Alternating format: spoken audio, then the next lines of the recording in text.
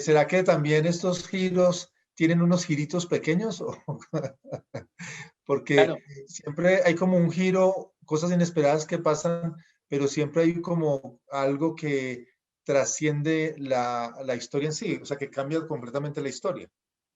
sí, sí, de hecho hay algo que se llama, pues la historia como tal o el guión como tal se conoce como la trama de la película, pero dentro de la misma trama existen pequeñas tramas secundarias que se conocen con el nombre de subtramas. Entonces, por ejemplo, te pongo un ejemplo. Supongamos que para volver al cuento del espía que tiene que rescatar a la rehén, el espía, ese es su papel protagónico, rescatar a la rehén y sabemos que es el mejor espía que consiguieron para rescatarla. Pero resulta que dentro de esa trama también nos van contando subtramas de la rehén y nos van contando subtramas del espía, del detective, bueno, sí, del espía, ya había dicho el espía. Entonces resulta que el espía tiene problemas de alcoholismo, pero eso no nos lo cuentan, sino algún momento de la película en donde el tipo empieza a tener como pesadillas, como a tener momentos, supongamos que en esta película este señor tiene un problema de choque por la abstención al consumo del alcohol y entonces tiene momentos de locura y de ira y ese tipo de cosas son ya como meterse en la vida íntima de cada uno de los personajes.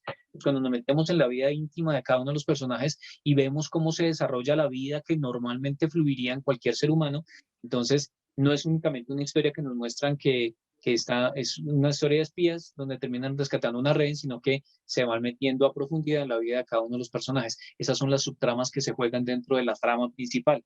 Y se juega mucho con eso porque eso hace inclusive divertida, entretenida la historia, porque digamos que nos muestran el lado humano o la cara humana de esos personajes que podrían ser héroes.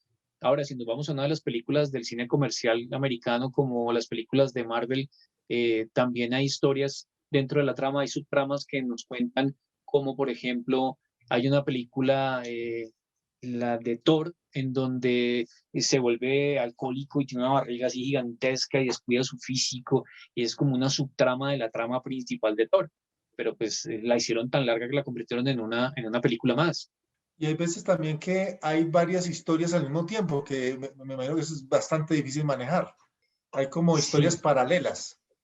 sí, hay como historias paralelas. Creo justamente el hecho de aprovechar las subtramas dentro de una trama principal te da la posibilidad de alargar la historia o la subtrama de cada uno de los personajes. Entonces, eh, termina volviéndose una película con una cantidad de complejidades de entender. El movimiento de los tiempos, por ejemplo, en el cine es algo interesante. A veces vemos películas que arrancan en el pasado y terminan en el futuro, o al contrario, comienzan en el futuro y terminan en el pasado. A veces tenemos películas que nos muestran el desenlace, cómo el personaje principal de la historia muere y se acabó, y pues no, apenas está comenzando la película. Y lo que hacen es devolvernos atrás para mostrarnos por qué llegó a ese momento de la muerte. Hay una película en donde comienza en el final, nos muestran al inicio de la película cómo termina la película y entonces de ese final de la película se devuelven en el tiempo, viajan en el tiempo, se devuelven en el tiempo hasta antes de que este hombre dejara de ser un asesino de la mafia o nos lo muestra como ya dejó de ser un asesino de la mafia y ahora es un tipo que quiere rehacer su vida y que se casó con una mujer, la mujer muere de cáncer y lo único que le deja es un pequeño cachorrito y vuelve él otra vez a convertirse en un asesino de la mafia porque unos tipos se meten a su casa, le matan al perro, le roban el carro y el tipo entonces jura vengarse de ellos porque además reconoce quiénes son los tipos, que son los hijos de un mafioso ruso. Esa película se llama, ok, Robertico, Ok. la película de que te hablaba se llama John Wick, que es una serie que ya viene como por el segundo o tercer capítulo, en donde vemos cómo este asesino de la mafia, que era como el que se encargaba de quitarle de encima a todos los problemas a los mafiosos, ¿no? A los mafiosos americanos y a los mafiosos rusos. Y es como una logia de asesinos muy exclusiva, a los cuales además les pagan con monedas de oro. O sea, es una serie muy interesante, muy violenta, porque nos muestra la realidad del personaje, del asesino, cómo vive la vida, pero es muy interesante. Y esa serie de John Wick termina mostrándonos la otra cara, la parte humana del asesino. Entonces el asesino que termina al fin entregando su corazón a una mujer, se enamora de ella y la pierde y lo único que le queda, lo más bello que le queda de recuerdo de ella es el perrito, un cachorrito que termina matándoselo y entonces jura venganza y termina matando absolutamente a toda la familia de esa familia rusa. Interesante, interesante. Y es difícil hacer que un final no sea predecible, puesto que eso hace que el guionista tenga que cranear más la historia, porque me decías que una buena película para ti es cuando no se sabe o da sorpresas con el final. El final no es lo que tú esperabas. ¿Cómo se puede manejar eso? Yo sí considero, desde mi óptica, ese es mi punto de vista, digamos, como la experiencia en la escritura de guiones, es que considero que una película que no nos deja entrever el final con facilidad es un éxito, a mi manera de verlo. Hay diferentes maneras de contar historias. Creo que todas las historias ya se han contado. Digamos que lo que varía en el cine para que siga siendo atractivo, siga siendo interesante, es la forma como se narra una historia que ya alguna vez fue contada.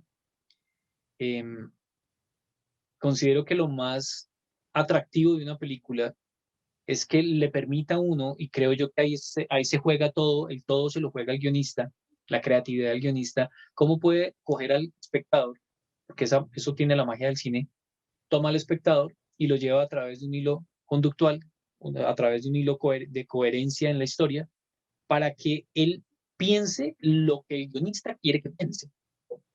¿De acuerdo? El cine no nos da la potestad de que una persona libremente interprete la película como quiera, sino que yo le tengo que dar absolutamente todos los elementos para que la interprete como yo quiero que la interprete, no como el espectador libremente quiere interpretar. Eso tiene de conductual el cine.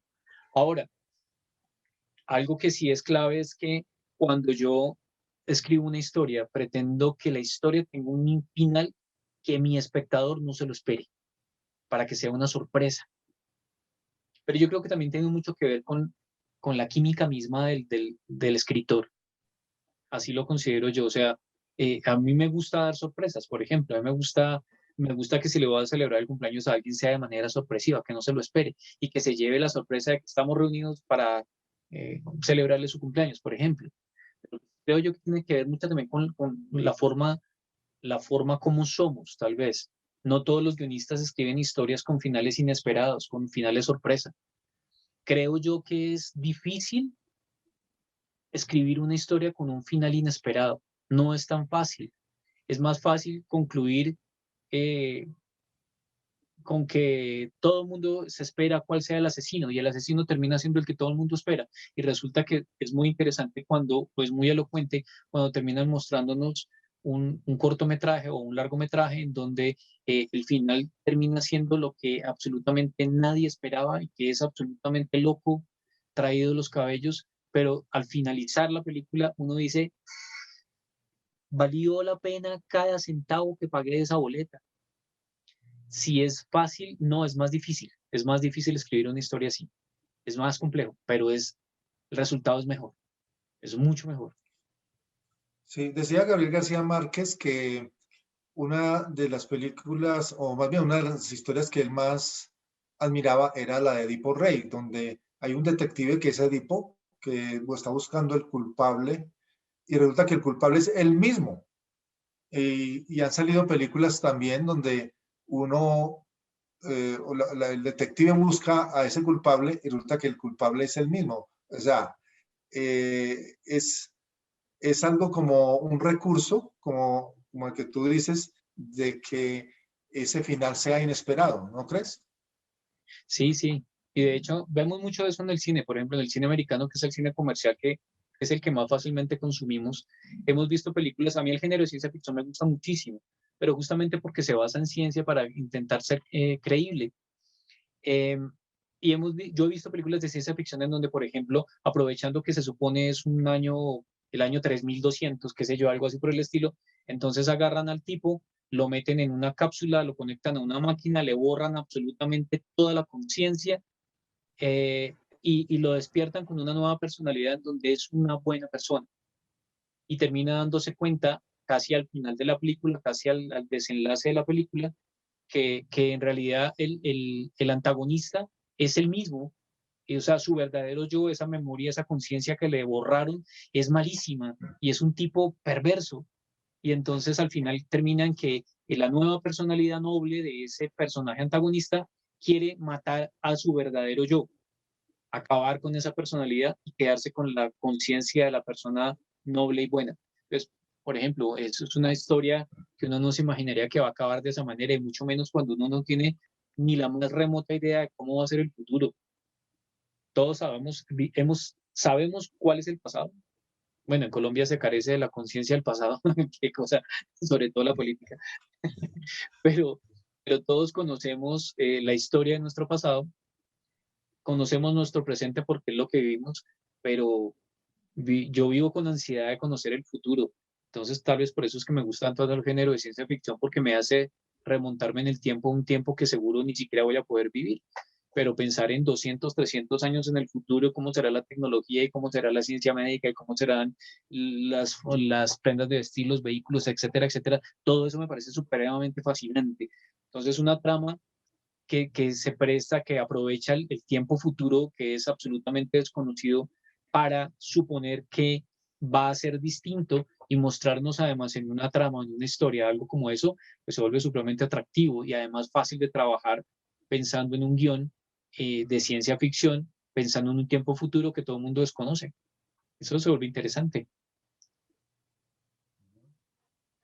Bueno, y cuéntanos por qué tú dices que todas las historias se han contado, pero también los géneros todos se han contado o también pueden surgir géneros nuevos. Pues tenemos el género de la fantasía, el género de la ciencia ficción, el del terror. ¿No podría surgir un género nuevo, distinto? Tal vez sí, yo creería que sí.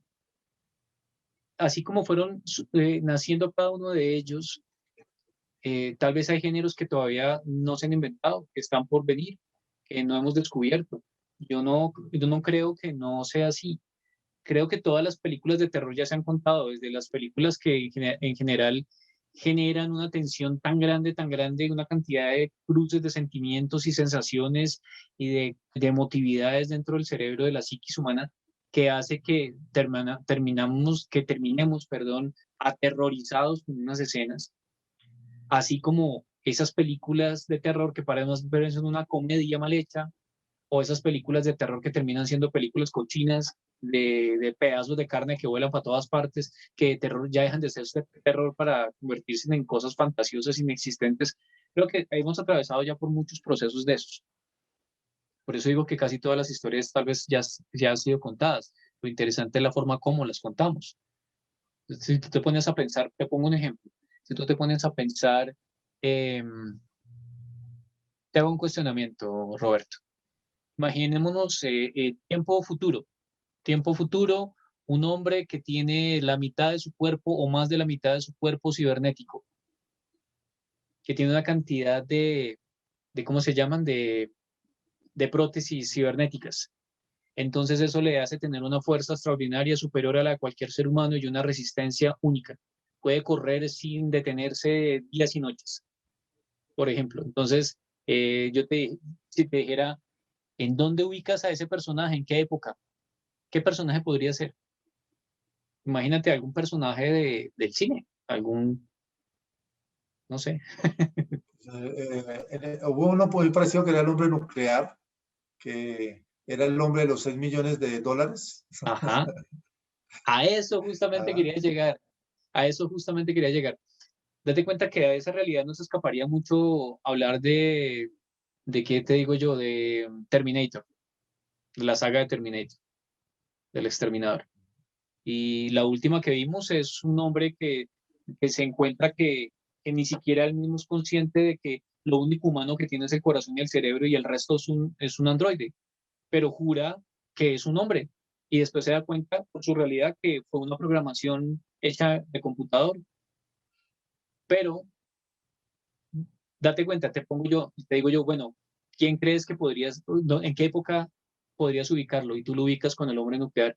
Es que en realidad, si nos vamos atrás, el hombre nuclear, que fue una serie de la década de los 70 que se hizo como más o menos como en 1968, arrancó a rodarse esa serie de televisión, eh, pues termina convirtiéndose en esa epítome del hombre del futuro, porque nos hablaban en la serie del hombre de los 6 millones de dólares, que era un hombre cibernético, superdotado, con piernas biónicas, con un brazo biónico, con un ojo biónico, con un oído biónico, con un poco de de partes que le habían transformado debido a un accidente que había tenido, porque Steve Austin se supone es un astronauta que sufre un accidente después de un viaje espacial y entonces lo reconstruyen con piezas cibernéticas y lo convierten en el Terminator de los años 70. O sea, podríamos ubicarlo en cualquier época.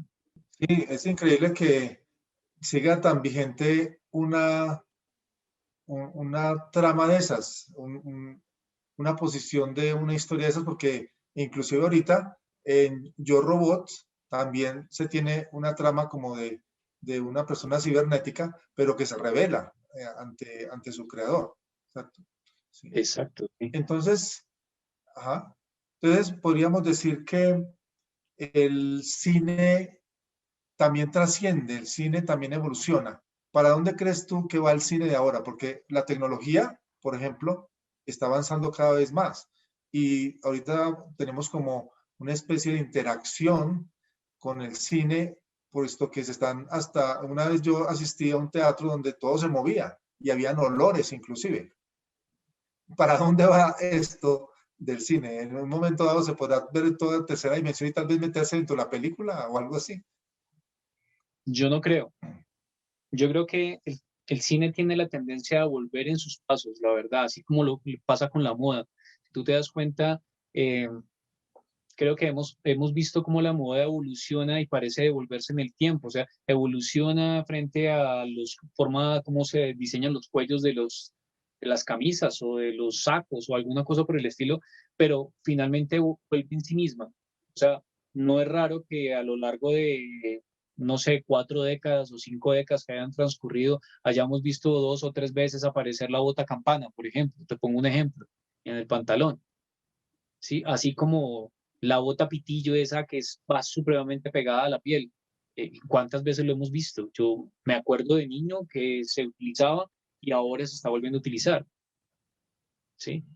Creo yo que el cine hace eso, como esa evolución, en donde como que llegan al punto final, pero hay un punto de retorno, en donde nos devolvemos nuevamente para retomar temas de antaño. Me explico, series como Umbrella, por ejemplo, se me viene a la cabeza. Umbrella es una serie de Netflix que Netflix se ha convertido como en uno de los grandes comercializadores del cine en el mundo entero, y es que ahora es absolutamente fácil, muy económico, y hay algunos planes gratuitos en donde tú terminas viendo series de última generación que han sacado en capítulos que no te duran más de 35, 45 minutos cada capítulo. En 10 capítulos te muestran una primera temporada, discúlpame, se dividen en temporadas. Entonces tenemos diferentes temporadas en donde la historia comienza a dar giros y giros y giros, como por ejemplo sucede bueno, con esta serie Umbrella, por ejemplo, en particular, iba a mencionarla, vemos como eso se supone son viajeros del futuro. Es una serie de un viajero del futuro, de una familia que tiene superpoderes, y ahora se ha vuelto muy de moda, está muy de moda hablar acerca del desarrollo, tal vez porque el cine mismo lo ha facilitado, de llegar a la serie de los X-Men, por ejemplo, en donde personas del común tienen mutaciones genéticas que les permiten tener propiedades, superpoderes diferentes a los del resto de los seres humanos. Entonces, esto sucede con esta familia en donde todos son superpoderosos, donde se supone son una familia, pero ninguno es hijo de la misma madre o el mismo padre, sino que fueron hurtados o comprados de situaciones extremas que vemos que sucede como las subtramas dentro de esa trama principal, estas familias, estas madres solteras, siendo muy jóvenes, quedan embarazadas y entonces aparece un viejito lleno de plata y le compra al hijo y le da dinero y le ayuda a salir del problema. Y entonces, y lo que compra ese niño porque nace en una fecha X, en un horario X, y todo se ajusta justamente a eso. Vemos como dentro de esa familia hay un viajero del tiempo, uno de los chicos que tiene poderes, superpoderes, en donde puede devolverse en el tiempo o avanzar al futuro, y eso se vuelve interesantísimo, pero lo interesante de esta serie es que a pesar de que están en tiempo futuro, los vemos vestidos convencionalmente como el tiempo de ahorita o como el tiempo pasado, y los vehículos no son naves interplanetarias como uno pensaría sucederían en el año 3000, sino que son los mismos vehículos acondicionados con otras condiciones o, o, o simplemente son los mismos vehículos porque eso no cambió, simplemente ahora flotan o alguna cosa por el estilo. O sea, yo creo que el cine ha venido evolucionando frente a hago una película que parezca más película, hago una película basada únicamente en efectos de postproducción, en donde invierto cientos de miles de millones de dólares en postproducción y todos los actores todo el tiempo están sobre un telón verde, haciendo un chroma key. Entonces, esa misma magia, los mismos actores dicen se sienten perdidos cuando tienen que hacer una película de superhéroes, porque no terminan ese haciendo acciones o teniendo unas actuaciones que ilustran lo que se quiere mostrar como superpoderes en la película, pero todo termina fingiéndose en el computador. En el computador todo termina haciéndose. Y la escenografía, los lugares, las películas, entonces, que antes eran suntuosísimamente eh, impagables, eran cientos de miles de millones de dólares invertidos en una película, o cientos de dólares más bien invertidos en una película, eh, terminan convirtiéndose en unas películas de bajo presupuesto, en donde todo lo rodan en un escenario, en un estudio, con fondos verdes y todo se hace por computador. Pues se pierde como el encanto y la magia del cine. Pero sí yo creo que es factible que aparezcan ojalá y sea así, aparezcan nuevas tendencias cinematográficas, pero yo creo que las historias se van a venir contando como en ese trasegar de lo que conocemos y lo que suponemos. Básicamente es eso, creo yo. Entre lo que conocemos y lo que suponemos, el presente, el pasado y lo que suponemos es el futuro. Puede ocurrir que una persona haga un guión y resulta que el director lo concibe de diferente manera, puesto que yo creo la historia, pero puede que el director me cambie la historia. ¿Eso es posible?